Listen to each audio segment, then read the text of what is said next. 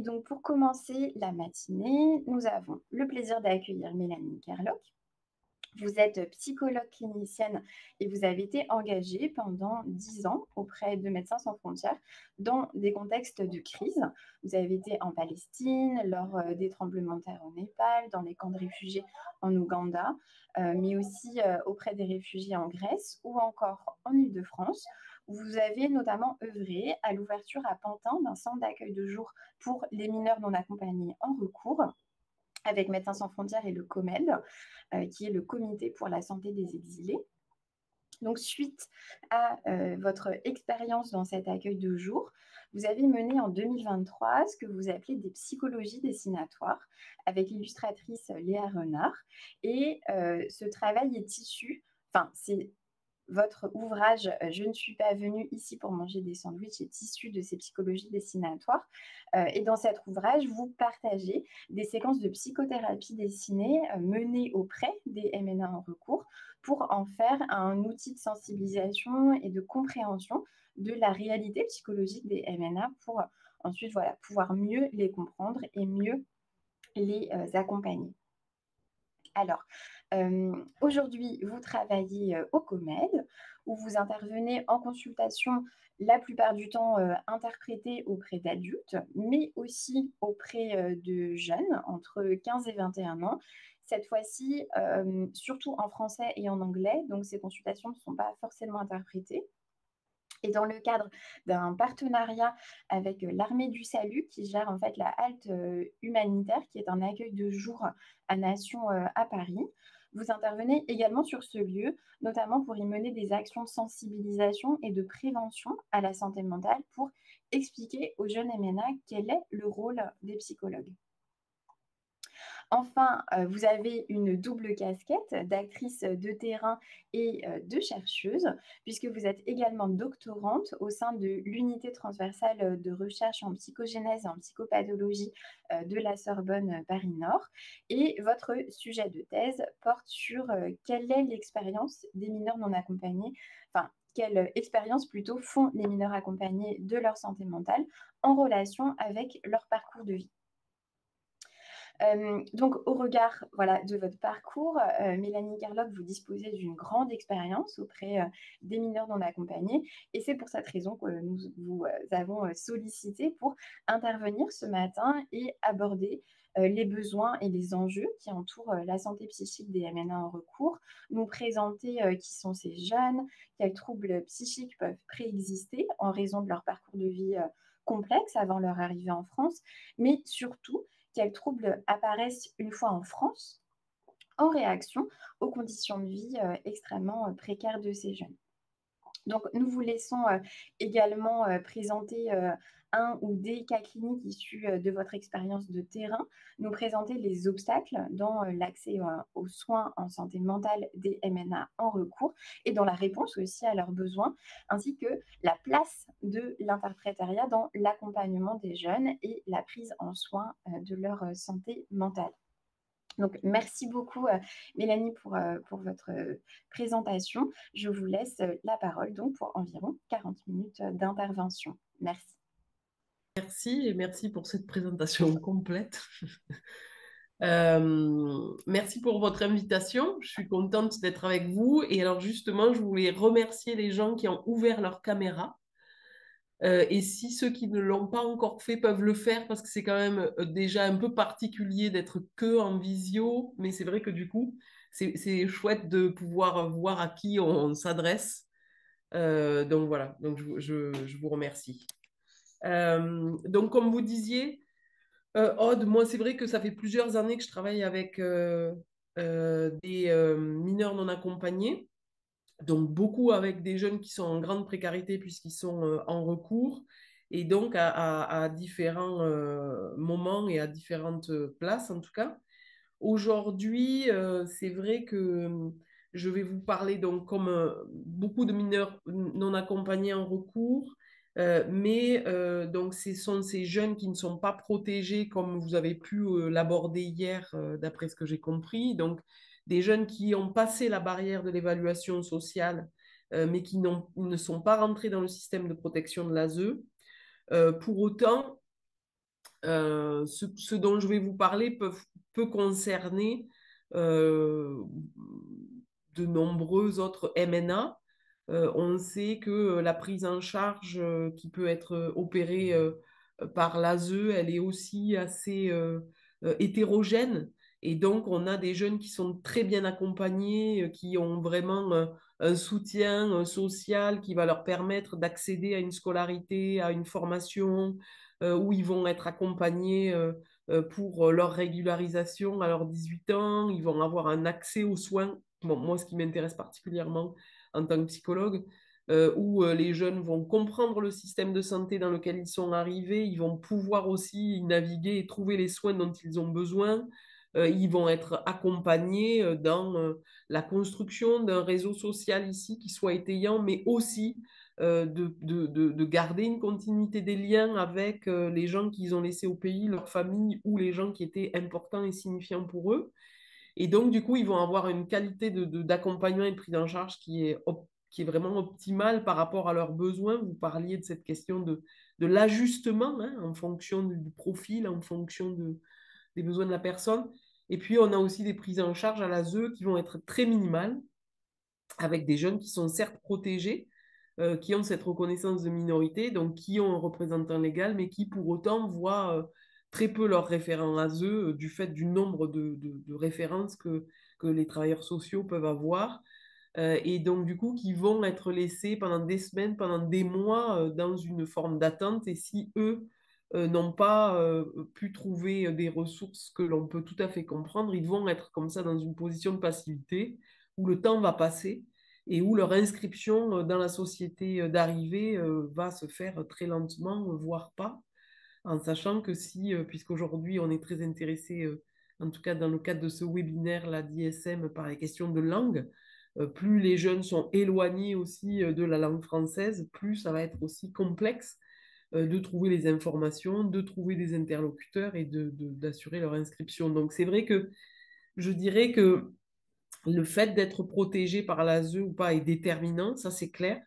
Mais un des éléments qu'il faut qu'on prenne en considération dans notre analyse de la situation, c'est quand même le niveau de précarité. Et donc, ce niveau de précarité, il va varier en fonction des situations.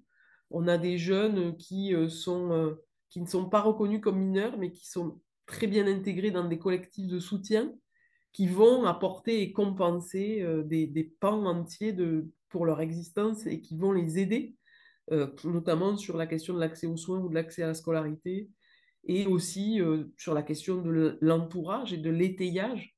Et donc, du coup, c'est vrai que il y a vraiment une pluralité de situations. Je dirais que les contextes de vie des mineurs non accompagnés sont très variables. Donc, ça demande en fait qu'on soit sensibilisé à cette dimension pour pouvoir être à l'écoute de la situation spécifique du jeune qu'on va rencontrer, ce qui va permettre, en fait, c'est-à-dire, c'est toujours cette idée d'avoir des connaissances afin de savoir comment poser des questions ou que l'autre puisse parler en face, mais de ne pas venir plaquer une représentation, mais du coup, de vraiment être à l'écoute de cette singularité, en sachant que ce sur quoi je veux insister aussi, c'est que mineurs non accompagnés, comme le dit Sidney Gauthier, ben, c'est une catégorie hein, qui est créée dans le pays d'arrivée.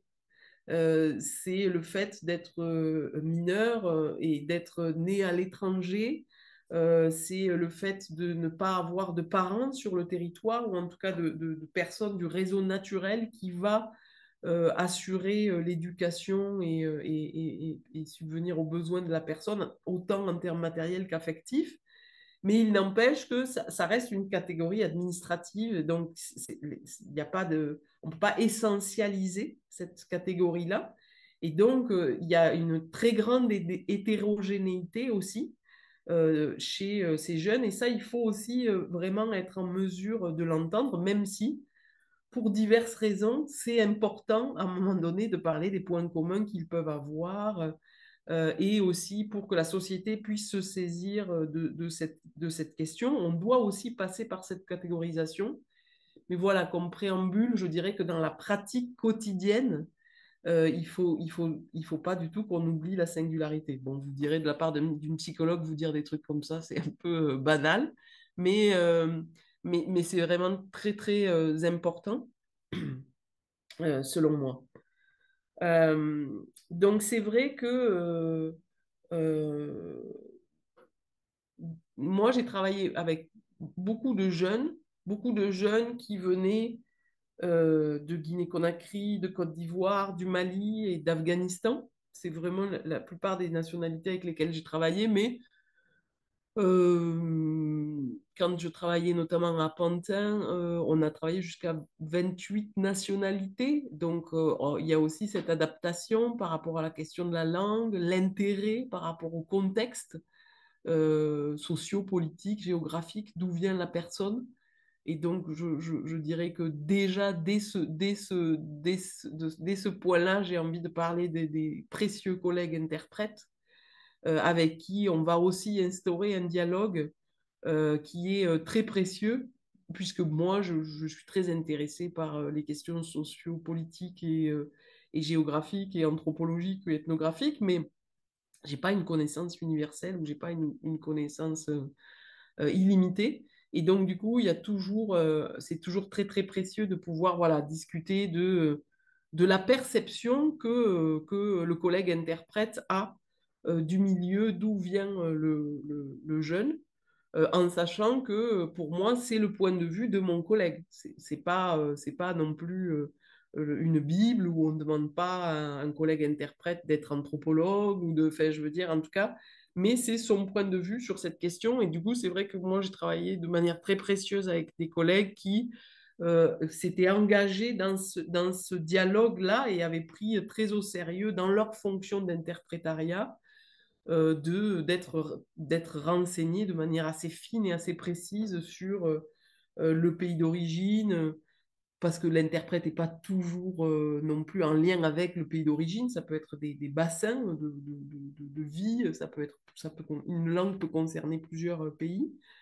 Mais du coup, voilà, donc ça c'est important. Et c'est vrai que c'est quand même une spécificité qu'on peut trouver en France et en Espagne, c'est d'avoir beaucoup de jeunes qui viennent d'Afrique de l'Ouest, ce qui n'est pas le cas forcément dans les autres pays européens. Donc ça me permet aussi d'attirer votre attention là-dessus sur le fait qu'en Europe, tous les pays n'ont pas la même définition de mineurs non accompagnés. Tous les systèmes de protection ne sont pas les mêmes, donc les catégories ne vont pas couvrir exactement le même type de réalité et le même type de parcours. Et ça va invisibiliser pas tout à fait les mêmes jeunes aussi à chaque fois. Mais en tout cas, le fait qu'il y ait l'établissement d'une catégorie comme ça va mettre en lumière certains jeunes et invisibiliser ceux qui ne rentrent pas dans cette catégorie alentour. Et donc, du coup, il y a des choses très intéressantes qu'on peut lire dans la littérature scientifique dans d'autres pays, ce qui est aussi éclairant sur la manière dont ils traitent ces questions. Mais ce ne sera pas forcément les mêmes nationalités. Donc ensuite, moi, j'ai beaucoup travaillé avec des garçons. Donc c'est vrai que c'est super, du coup, qu'il y ait une intervention par rapport aux filles en suivant. C'est sûr que si on fait un dispositif tout venant, quand on s'adresse à un groupe qui a majorité, là en l'occurrence masculine, les filles vont avoir plus de mal à trouver leur place. Donc c'est vrai qu'il faut établir des dispositifs spécifiques pour que ben, les minorités à l'intérieur des minorités puissent s'exprimer, s'inscrire ben, dans du soin, dans de l'accompagnement, etc. Donc par rapport aux gens, ça correspond aussi aux chiffres que donne l'ASE, le dernier rapport, je ne sais pas s'il a été mentionné hier, mais de la mission nationale sur les mineurs non accompagnés. Donc, ils ont sorti les chiffres de 2023. Et donc, il y a une augmentation du nombre de filles dans le groupe des MNA reconnus par l'ASE. Là, il était à 8,3%. Donc, il y a une augmentation, mais ça reste un groupe minoritaire et donc c'est vraiment à grande prédominance des garçons. Et ensuite, dans les éléments aussi importants par rapport à ces jeunes, c'est la question de comment est-ce qu'ils sont venus en France Et c'est vrai que par rapport aux nationalités que je vous ai citées et par rapport quand même à une grande majorité des jeunes que moi j'ai pu rencontrer, c'est des jeunes qui viennent par les routes qu'on dit clandestines, entre guillemets, et donc ils viennent sans visa, et donc ils viennent à pied, en camion, qui ont pour l'immense majorité l'expérience de la traversée de la Méditerranée ou de la mer Égée pour les gens qui viennent plutôt du Moyen-Orient et de ces régions-là. Et donc, du coup, qui ont vécu une véritable tranche de vie pour venir. Et donc, c'est vrai que pour moi, ça continue d'être opérant, cette question de, voilà, qu'est-ce qui s'est passé dans le pays d'origine, quelle était la vie dans le pays d'origine, qu'est-ce qui fonctionnait, qu'est-ce qui fonctionnait pas, qu'est-ce qui s'est passé après sur la route, puisque la route, voilà, c'est vraiment une étape de vie en soi qui peut être d'ailleurs très longue et la durée va compter. Euh, je vois le son a diminué. Ça va toujours le son ou pas? Ouais, c'est bon? D'accord. Oui. Ok. Et donc, du coup, effectivement, on voit aussi une évolution des routes en fonction des époques. Moi, au tout début, où je travaillais avec des mineurs non accompagnés, ils venaient essentiellement par la route Libye-Italie. Puis ensuite, ça a été par Maroc, Espagne, puis ensuite par aussi la route par les Canaries, qui du coup n'engendre pas les mêmes réalités. Et de même, quand je travaillais avec des jeunes qui venaient notamment d'Afghanistan, que ce soit la route terrestre avec toutes les problématiques des frontières intra-européennes en Bulgarie, en Autriche, etc., où il y avait des violences policières très, très importantes, ou aussi l'expérience de la traversée de la mer Égée. Voilà, ça, c'est aussi des choses qui sont importantes à avoir comme connaissance et à actualiser, toujours dans le même esprit que tout à l'heure, c'est-à-dire pour avoir aussi les choses en tête. Si on a les choses en tête, les gens peuvent nous parler. Si on n'a pas ces représentations dans la tête, c'est difficile en fait d'évoquer des choses et notamment des événements que l'on peut qualifier de violents, c'est ou en tout cas qui entraîne un vécu psychique très déréalisant qui ressemble pas du tout en fait à la vie quotidienne. C'est très compliqué d'adresser ce type de contenu à quelqu'un qui ne l'a pas du tout en tête. Voilà. Euh, donc voilà pour des données un petit peu générales et pour contextualiser.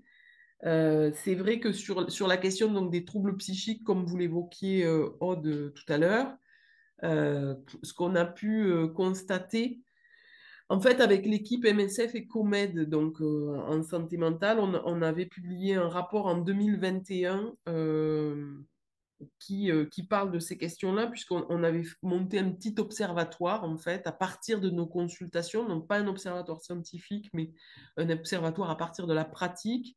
Et ce qu'on avait pu constater, c'est des choses qu'on peut retrouver aussi dans la littérature scientifique, et notamment dans d'autres pays.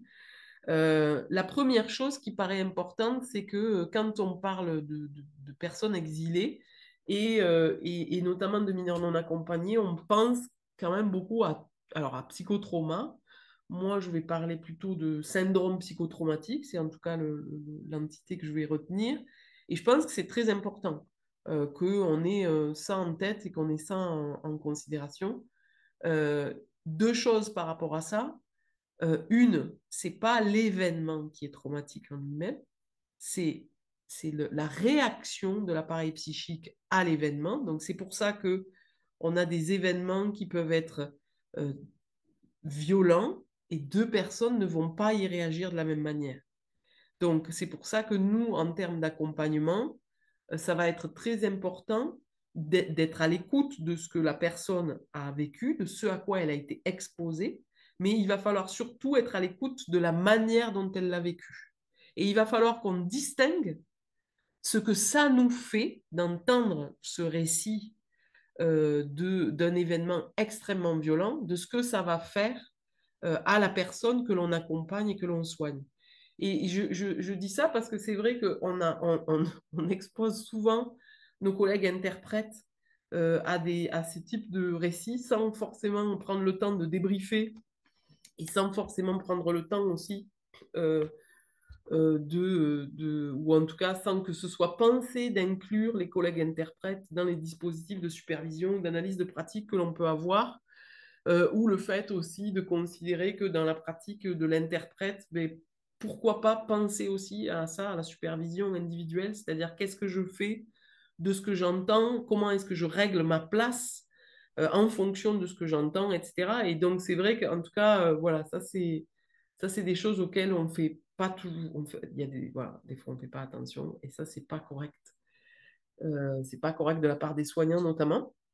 Mais il n'empêche en tout cas que ce que nous, on a constaté, je ne vais pas me lancer dans une définition du syndrome psychotraumatique, mais si vous avez envie, dans la discussion tout à l'heure, après, je pourrais en donner les grands éléments.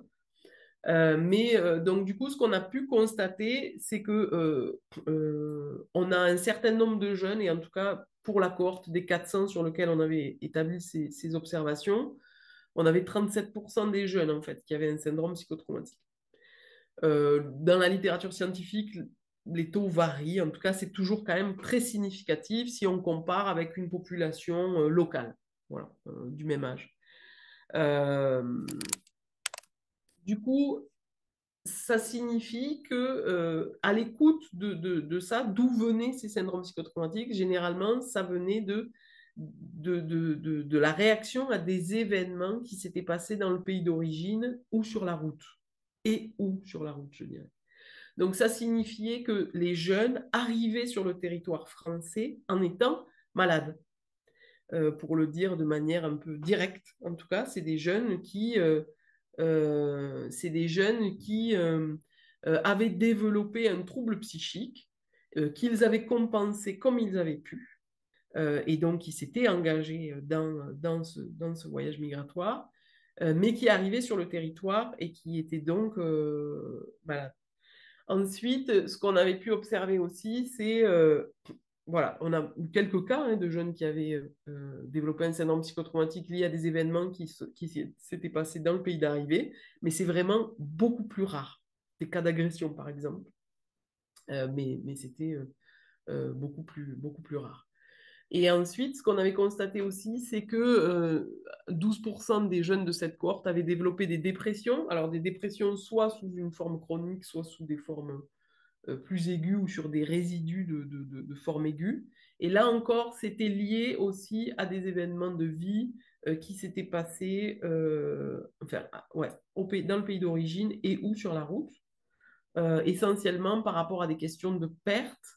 On avait aussi des problématiques de deuil qui étaient très présentes, en sachant que sur cette cohorte, on avait plus de 50% des jeunes qui avaient perdu un parent, ce qui est aussi, si on compare avec des populations locales ici, un taux très élevé. Et donc, du coup, avec des jeunes qui avaient vécu cette perte de ce parent proche, souvent le parent protecteur. Leur situation s'était modifiée au sein de la famille, notamment, et donc ils avaient perdu une place ben, où ils étaient soutenus. C'est souvent ce qui avait pu précipiter le projet de départ. Euh, et donc, du coup, le processus de deuil s'était retrouvé un peu gelé. Et c'est qu'une fois dans le pays d'arrivée que les choses ben, réémergeaient. Parce qu'effectivement, c'est ça qu'on va trouver par l'appareil psychique, c'est quelque chose de fascinant et c'est quelque chose d'une très grande complexité. C'est donc du coup, l'humain va mettre en place tout un tas de bricolage pour tenir, pour avancer, pour grandir.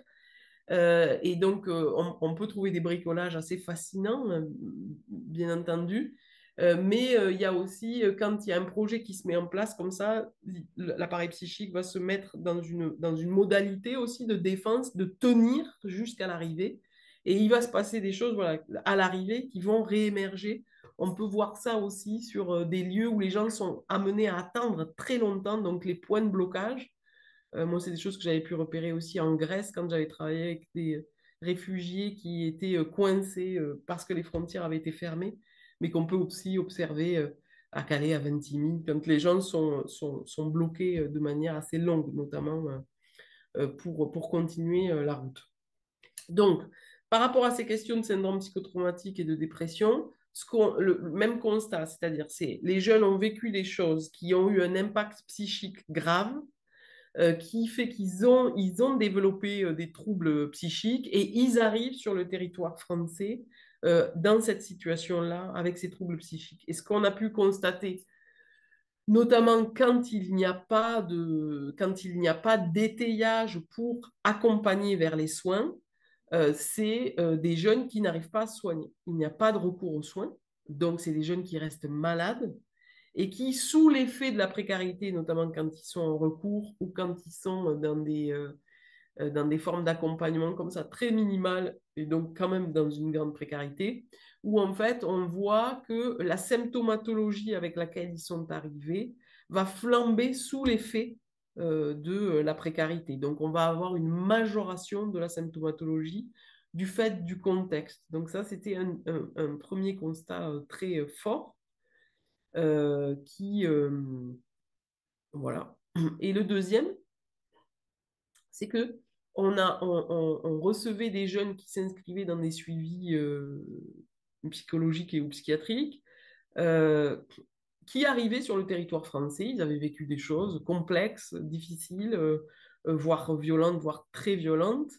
Ils étaient affectés psychologiquement, bien entendu, hein, ça avait pu les rendre tristes, les mettre en question, les mettre en doute, les mettre en colère, etc. Mais ils n'étaient pas tombés malades, c'est-à-dire ils n'avaient pas développé de troubles psychiques pour autant. Donc ça veut dire que c'est des jeunes qui arrivent, qui ont un parcours, je dirais, complexe, mais en tout cas, l'appareil psychique, lui, il n'est pas tombé malade. Et sous l'effet de la précarité, donc notamment là, je parle de jeunes qui vivaient en rue plusieurs semaines à plusieurs mois, sans un euro en poche, hein. Donc il faut aussi imaginer comment est-ce qu'on peut vivre en Île-de-France sans un euro en poche. Enfin, et donc qui du coup faisaient le rang, comme ils disent, aux distributions alimentaires pour trouver de la nourriture, qui peuvent être à des endroits très éloignés les uns des autres, sans possibilité du coup de prendre les transports avec un ticket, donc du coup aussi s'exposer tout le temps à frauder les transports, qui prenaient leur douche dans les bains-douches, qui se débrouillaient, enfin je veux dire voilà comme ils pouvaient, avec un accès à l'école extrêmement difficile, et avec aussi ben, toute la vie de la rue et donc la proximité et le partage de ces espaces-là avec des gens qui sont dans des grandes précarités et inscrits sur des années en rue, et donc du coup aussi avec des gens qui pouvaient avoir... Ah mince, je suis désolée, j'ai oublié de... Mon téléphone sonne, pardon.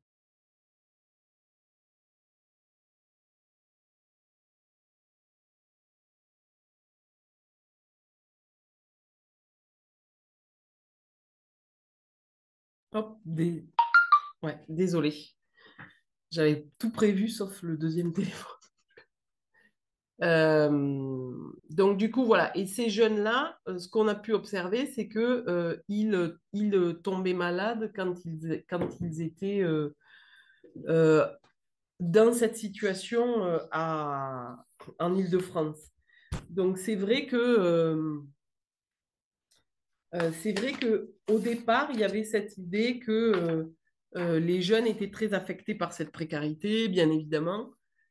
Mais nous, on distinguait aussi, pareil, des jeunes qui pouvaient être affectés psychologiquement par ce qu'ils vivaient. Ben, je veux dire, le fait d'avoir peur de dormir la nuit dehors, le fait aussi de ne pas pouvoir dormir du fait de cette peur, et le fait d'être extrêmement inquiet par rapport à la suite, par rapport aussi à comment se saisir du système administratif et juridique qui leur paraissait d'une complexité immense, et ce que c'est du développement d'un trouble psychique aussi en tant que tel.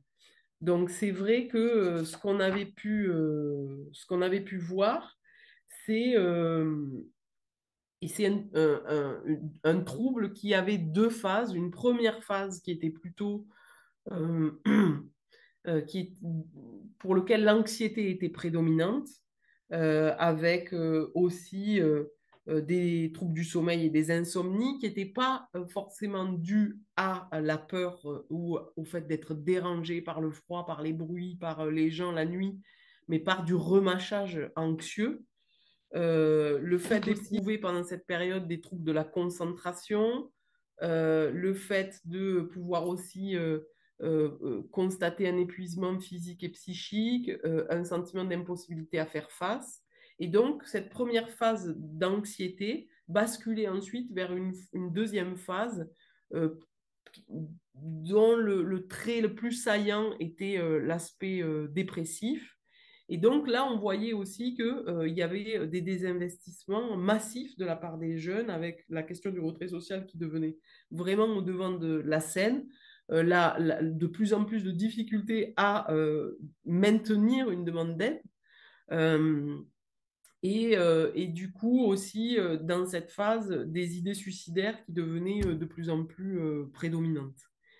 Donc c'est vrai que pour nous, c'était important d'avoir cette lecture clinique de ce qui se passe à ce moment-là et de ne pas noyer la réaction psychique dans juste un effet psychologique. Et donc, on a décidé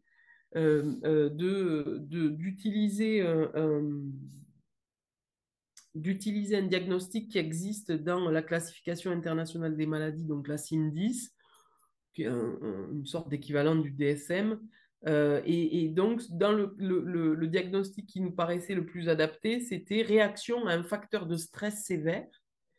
Mais pour nous, ça nous paraissait important de qualifier ce facteur de stress sévère. Et donc, du coup, on l'a nommé trouble psychique réactionnel à la précarité.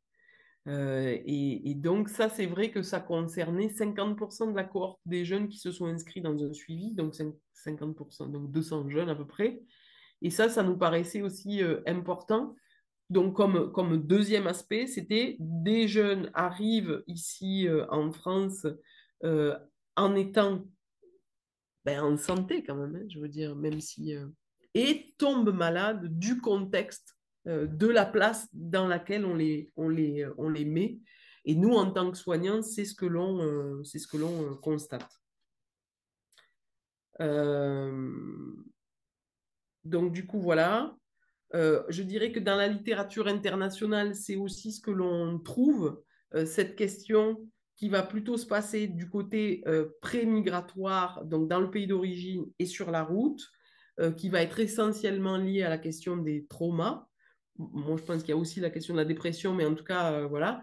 Et ce qu'on appelle après, dans la vie quotidienne, dans le pays d'arrivée, les tracas du quotidien, les violences qui sont spécifiques aussi à toute la complexité, les impossibilités dans lesquelles les jeunes sont. Donc, il y a quand même pas mal de littérature là-dessus. Voilà pour une première partie. On est comment là au niveau du temps? Vous avez encore 10 grosses minutes. 10 grosses minutes. Alors, j'ai été plus bavarde que je pensais. Du coup, je sais pas si je lis le cas clinique dessiné ou si je parle des obstacles. Euh, Hum, vous pensez que vous n'avez pas le temps de faire les deux? ouais, je pense que ça va être. On peut dépasser de 5 minutes, hein. Bon, allez, on fait le. On peut prendre le temps, c'est intéressant quand même. Je vous, je vous partage le cas clinique dessiné. Hop, voilà. Là, ouais, ça y est. Ok. Alors, du coup.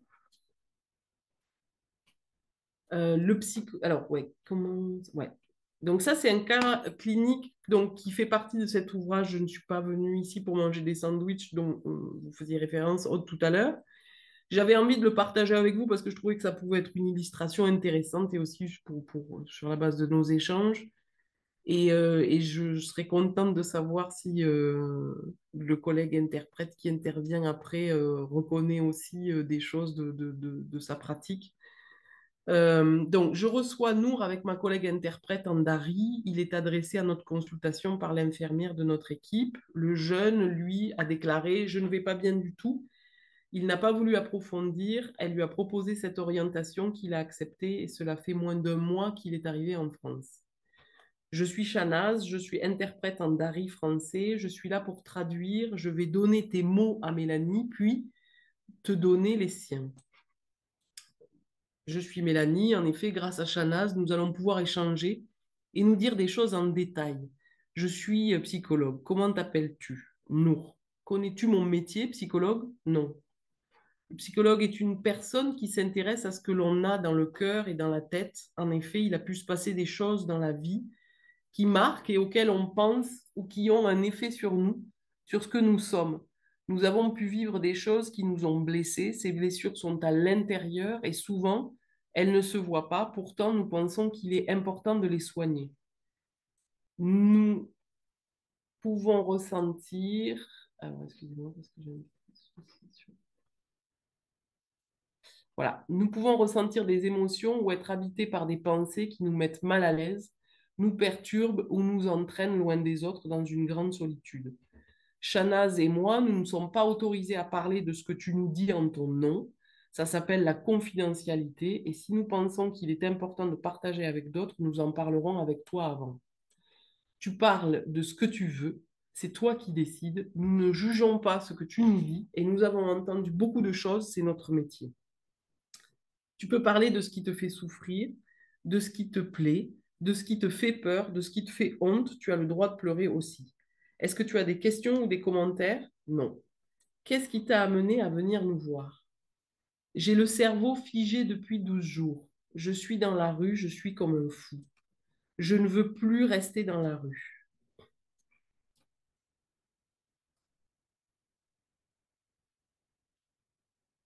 Où dors-tu? Porte de la Chapelle ou dans une mosquée ou sur un terrain de foot? Il y a beaucoup de majeurs là-bas, d'autres Afghans, mais je suis seule là-bas. Qui as-tu rencontré au centre MSF? Il énumère plusieurs personnes dans l'équipe de MSF, dont la juriste. Elle lui a expliqué que la convocation chez le juge des enfants prend du temps, souvent 2 mois après la saisine. Et ça, c'était la durée moyenne à cette époque, ce qui n'est pas forcément le cas aujourd'hui et qui a aussi beaucoup changé. Cette perspective l'effraie. Je ne ferme pas l'œil de la nuit. J'ai peur des vols, j'ai peur des agressions. Il y a du bruit tout le temps, tard dans la nuit. Les autres parlent des agressions dans la rue, des vols, de portables, de chaussures. On m'a dit qu'on pouvait se faire agresser avec un couteau. Nous échangeons sur sa situation administrative en France, sur le fait que le suivi juridique qui va se mettre en place au centre, en évoquant ses documents d'identité, nous figurons les personnes qui peuvent le soutenir. Son oncle a envoyé sa tasquera.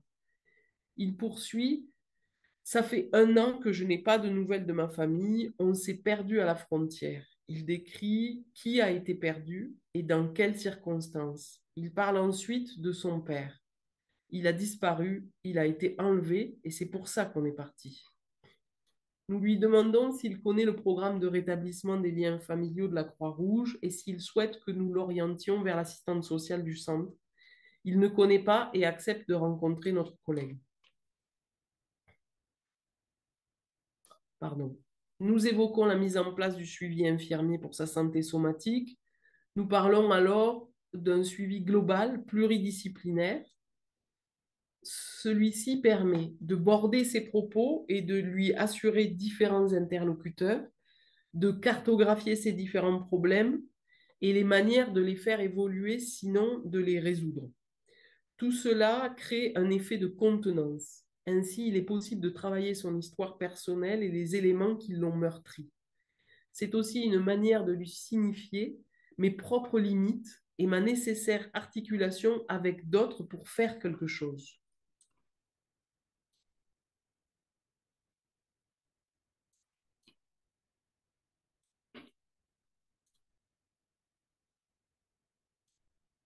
Il prolonge. Quand je réfléchis trop, mon corps devient très chaud. Depuis que j'ai perdu ma famille, je transpire, j'ai chaud. Mon père puis ma mère. Il pleure, sa voix s'étrangle. La tristesse emplit la pièce. Je ne sais rien, je ne sais pas où ils sont. Si je voyais leur corps, au moins je saurais dans quel état sont-ils. Je lui demande comment sont ses nuits. Il dit ne pas faire de cauchemars. Il ne dort pas. Il n'a pas d'appétit. Parfois, il ressent la faim, mais il mange 2 ou 3 bouchées. Ça ne passe pas. Il ajoute, il y a eu trop de changements. Je suis comme Notre. l'autre. Je lui dis que nous accueillons sa détresse, son désarroi, notamment au sujet de sa famille, et nous comprenons qu'il soit si blessé. Nous lui proposons de revenir nous voir, de s'inscrire dans un suivi psychologique et dans un suivi global au centre. S'ouvre alors un suivi psychologique hebdomadaire. Oh, pardon. S'ouvre alors un suivi psychologique hebdomadaire, au cours duquel Nour va déployer ce qui le broie.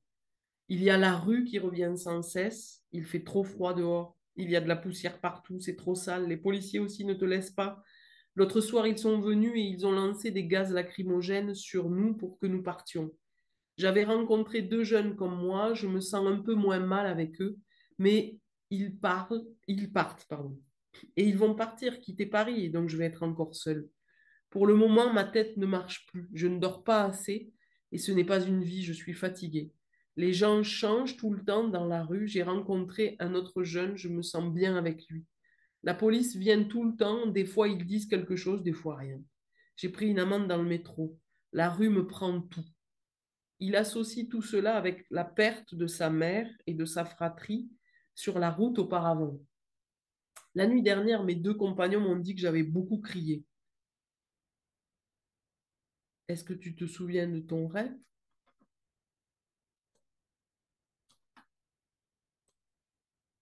C'était ma mère. Elle me couvrait. Il associe sans cesse le présent avec ce qu'il a vécu sur la route. J'ai mis un an pour venir. Je suis restée longtemps en Turquie en attendant pour passer. J'ai été coincée en Serbie longtemps. J'ai été nourrie, mais j'ai connu beaucoup de difficultés sur mon trajet. J'ai été à pied ou en camion. J'ai connu trop de dangers. Un homme s'est noyé devant moi dans une rivière. On ne l'a pas retrouvé. Le passeur a dit d'avancer. Je me suis presque noyée moi aussi. Quelqu'un m'a aidé à sortir. J'y pense beaucoup. C'était presque ma mort. Avec ma famille, on voulait venir en France, mais tout s'est effondré.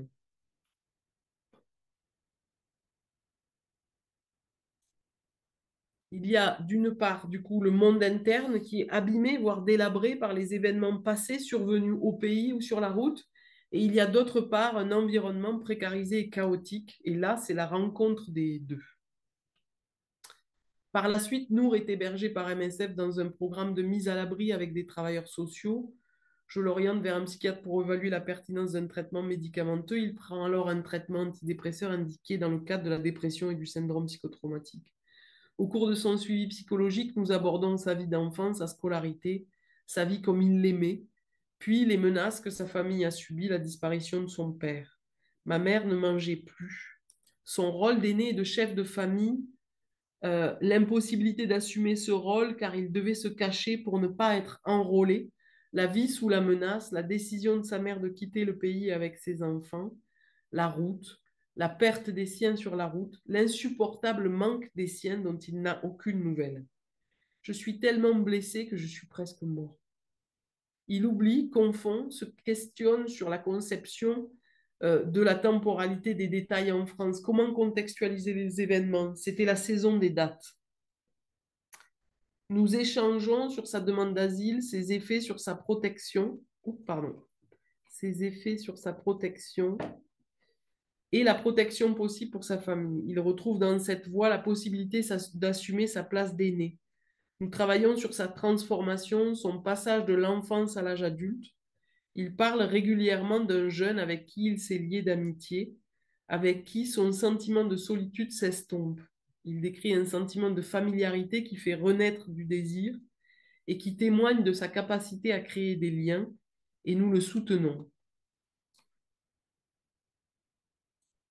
Le suivi se fait en circularité. La famille, la perte, les violences de la route, la peur, la solitude, le lien à son ami ici, l'espoir de retrouver sa famille, l'ensevelissement sous la tristesse, le sommeil qui se dérobe et laisse ses heures dans la nuit aux prises avec ses pensées, les effets de tout ce qu'il a vécu sur son être, la transformation de son être sous la douleur, son questionnement sur la valeur de sa vie, son questionnement sur le fait qu'il aurait dû mourir, les moments d'apaisement, l'effet de l'amitié, de l'affection, du lien, le sommeil qui se retrouve, la fatigue qui s'estompe, la vitalité qui reprend de la place. Il s'apaise un peu, commence à se projeter pour s'inscrire ici. Il passe devant le juge des enfants qui ordonne son placement. Il entre à l'ASE. Il arrête de venir au centre et je l'oriente vers la psychologue de l'association dans laquelle il est pris en charge. Il passe quelques mois houleux, ne sachant pas quel chemin prendre. Ce suivi psychologique a duré 8 mois.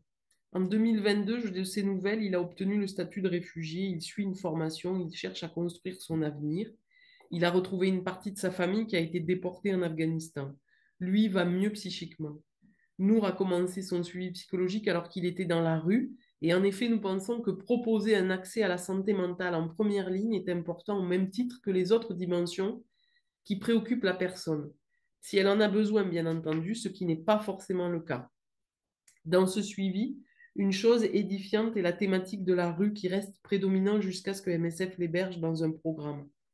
Il en parle beaucoup car c'est omniprésent pour lui. Pour autant, dès qu'on l'accueille, il déploie toute la symptomatologie qui le fait souffrir, entremêlée à ce que la rue génère psychiquement pour lui. Au centre MSF, l'équipe faisait des orientations et a vu de nombreux jeunes ne pas pouvoir commencer des soins en santé mentale. On nous disait que l'orientation n'était pas bonne, leur problématique était sociale. Selon nous, la précarité sociale ne peut pas être un motif de refus de soins. Elle est la réalité de vie du patient et son trouble psychique majoré par cette précarité peut être traité. La précarité sociale se déplie, s'interroge et très vite émerge le désir de s'en sortir qui peut se muter en désir de se soigner. Alors, hop, voilà pour ce cas. Juste, je vais faire une transition vers les quelques éléments que je voulais partager avec vous. Ça va encore? Oui, oui, allez-y. Ok. Donc, du coup, ce qu'on voit, c'est qu'en tout cas, plus la précarité est importante chez les jeunes que l'on suit, je dirais que c'est édifiant parce qu'ils n'ont pas de parents et qui sont jeunes, mais c'est valable aussi pour les publics de toute façon très précaires et les gens qui sont très seuls. Plus la précarité est grande, plus l'étayage pluridisciplinaire doit être important. Et effectivement, on ne peut pas considérer l'unique question de santé toute seule sans la corréler aux questions sociales, administratives, juridiques et à l'inscription sociale que les gens peuvent trouver. Donc ça, c'est vraiment très important. Et ce qui est dit dans ce cas clinique, la dessiné, c'est le fait qu'on peut commencer les soins psy dès le début, en fait. Il ne faut pas attendre que quelqu'un soit stabilisé pour commencer des soins. C'est pas vrai. Bien sûr, on ne fait pas les mêmes soins au début. Psy, quand quelqu'un est dans une tempête, que quand il est plus tard stabilisé et qu'il y a des aspects de sa vie qui sont plus calmes. Mais il n'empêche que c'est très important de travailler sur la dimension psychique et aussi sur la distorsion que les gens vivent psychiquement par l'effet du contexte dans lequel ils sont. À ça, j'ajouterais qu'il faut absolument faire de la prévention et de la sensibilisation. Parce que dans les obstacles aux soins que je veux partager avec vous, il y a une chose qui est très importante, c'est qu'en fait, les MNA, ils ont une très faible connaissance du système de soins et du système de santé, et c'est logique puisqu'ils arrivent. Et tant qu'on ne leur a pas expliqué, et tant qu'ils n'ont pas pu s'approprier ces connaissances, parce qu'il ne suffit pas de le dire une fois pour que les gens le sachent, il faut qu'ils s'approprient ces savoirs-là, tant qu'ils ne se sont pas appropriés ces savoirs, ben, ils ne pourront pas en fait avoir recours aux soins et les utiliser à bon escient et aussi comme on l'entend ici. Et donc, un autre obstacle aux soins, c'est le fait que les professionnels de santé et travailleurs sociaux peuvent avoir une méconnaissance ou des représentations erronées de ce que sont les MNA. Et donc, il y a tout un travail aussi, et c'est pour ça que cet ouvrage s'adressait à ça, c'est un ouvrage de sensibilisation, comme vous le stipuliez, Aude, c'est l'idée d'avoir des représentations plus fines pour pouvoir accueillir plus facilement ces jeunes. Euh, je sais que dans les obstacles, dans les recours aux soins, il y a bien sûr l'isolement et l'absence de représentant légal, donc notamment pour les jeunes en recours, puisque quand ils vont dans les services pour mineurs, on leur dit, ben, si tu n'as pas de représentant légal, on ne peut pas te soigner. Et quand on va chez les majeurs, ben, si tu es mineur, il te faut un représentant légal. Pour autant, l'ARS Île-de-France a édité une note sur l'accueil des MNA, quelle que soit leur situation administrative, qui clarifie et aide les services de soins, notamment pour la PHP, à recevoir ces jeunes. Et donc, je vous invite à consulter ce document-là, qui est quand même vraiment une bonne base pour quand il y a des difficultés d'orientation. Comme je disais tout à l'heure, bien sûr, il y a l'immense précarité. C'est clair qu'un service de soins classique il va être débordé par cette question de la précarité. Et donc, le sentiment d'impuissance aussi et de détresse que le jeune peut éprouver, mais que les soignants en miroir peuvent éprouver face à ce jeune, c'est aussi, ça peut être aussi un motif de dire, mais on ne peut pas s'en occuper. La langue dans la relation de soins, donc là, on revient sur cette question-là de langue et d'interprétariat. Bon, mais comme vous le savez très bien, de toute façon, à ISM, hein, on a quand même toujours cet énorme souci que des soignants continuent de considérer qu'ils peuvent soigner des gens sans les comprendre. Et ça, ben, pourtant, c'est une base. Et donc, on répète, c'est que si la personne ne peut pas expliquer ce qu'elle vit et les troubles qu'elle a, elle ne pourra pas se faire soigner correctement. Et si elle ne peut pas comprendre non plus ce que le praticien lui dit, elle ne pourra pas se soigner. Et donc, du coup, ça, c'est aussi une entrave, ben, non seulement à des soins de qualité, mais aussi en termes économiques, hein. Enfin, je veux dire, le fait de répéter des consultations parce qu'on ne se comprend pas, ben, ça a aussi un coût. Donc, du coup, voilà. Je dis ça parce qu'on me dit que l'interprétariat coûte cher. Euh, Il y a bien sûr le problème des délais d'attente dans les services de soins en santé mentale qui sont valables pour toute la population en général et qui sont de toute façon à déplorer pour l'ensemble de la population. Pour une population jeune, c'est une véritable problématique d'avoir des rendez-vous à 6 mois, à 1 an. Enfin, je veux dire, voilà. Mais ça, c'est valable pour les MNA et pour les autres jeunes et les autres enfants. Et ensuite, il y a la problématique aussi de l'absence de protection sociale qui est un truc aussi un peu retors, puisque les jeunes les jeunes en recours se retrouvent sans protection sociale. On cherche à les faire rentrer dans l'AME, qui est normalement un dispositif pour adultes. Donc, il y a aussi tous ces méandres administratifs qui cherchent à pousser les gens vers des catégories administratives autres. Euh, voilà. Et pour conclure, j'avais envie de parler, moi, du fait que j'aime beaucoup travailler avec des collègues interprètes. J'ai appris ce travail-là en Palestine avec une collègue qui s'appelle Chérine et avec qui j'ai travaillé pendant 1 an, en fait, tout le temps, tous les jours. Et c'est elle qui m'a appris comment travailler avec des interprètes. Donc, ce qui me fait dire que ben, dans les facs, dans les écoles de travailleurs sociaux, de soignants, à la fac de médecine, chez les psychologues, on n'apprend jamais à travailler avec un interprète. Et c'est dommage parce que je pense que c'est pas très complexe, mais par contre, ça nécessite quelques bases. Et qu'on arrête aussi de mettre les interprètes à n'importe quelle place. Enfin, je veux dire, c'est des collègues très courageux qui supportent tous ces soignants et travailleurs sociaux et tous leurs styles différents. Mais c'est vrai qu'en tout cas, moi, je trouve que voilà, c'est une chance de travailler avec des interprètes parce que sans interprète, moi, je ne pourrais pas parler avec tellement de gens. Et donc, ça me permet d'avoir une pensée complexe, une pensée fine, de la partager et d'entendre celle de mon patient. Donc, c'est-à-dire sa pensée fine, que mon patient puisse s'exprimer aussi en toute liberté et avec toute l'intelligence qu'il peut déployer, de ne pas le contraindre à être dans un champ minimal d'expression de lui. Et aussi, ben, j'avais évoqué tout à l'heure ben, toute l'aventure anthropologique et ethnographique que représentent ces moments-là. Et c'est vrai qu'en tout cas, moi, je trouve que c'est un travail de l'ombre, le travail de l'interprète, parce que c'est pas lui qui est mis en lumière, il est vraiment là pour soutenir deux personnes qui ne pourraient pas s'entendre. Et quand le patient se met à me regarder, eh ben, je me dis le job de l'interprète a été vraiment bien fait parce que ça veut dire qu'il y a eu assez de place pour qu'on puisse se parler alors qu'on ne parle pas la même langue. Et donc, du coup, ça, c'est quand même, voilà, c'est des opérations qui sont vraiment hyper intéressantes. Et ensuite, voilà, je trouve qu'il y a une vraie musicalité qui se met en place quand l'interprétariat se passe bien, c'est-à-dire c'est de l'interprétariat en différé, le patient parle, il le donne à l'interprète le donne au praticien et tac, et tac, tac, tac, tac. Et donc on a comme ça, quand cette musicalité elle se met en place, ça veut dire que le travail au fond se fait bien. Et c'est vrai qu'en tout cas, moi, j'ai vu j'ai fait des suivis comme ça avec 2 langues qui ont été de véritables succès thérapeutiques, enfin, je veux dire, qui ont vraiment été extrêmement signifiants.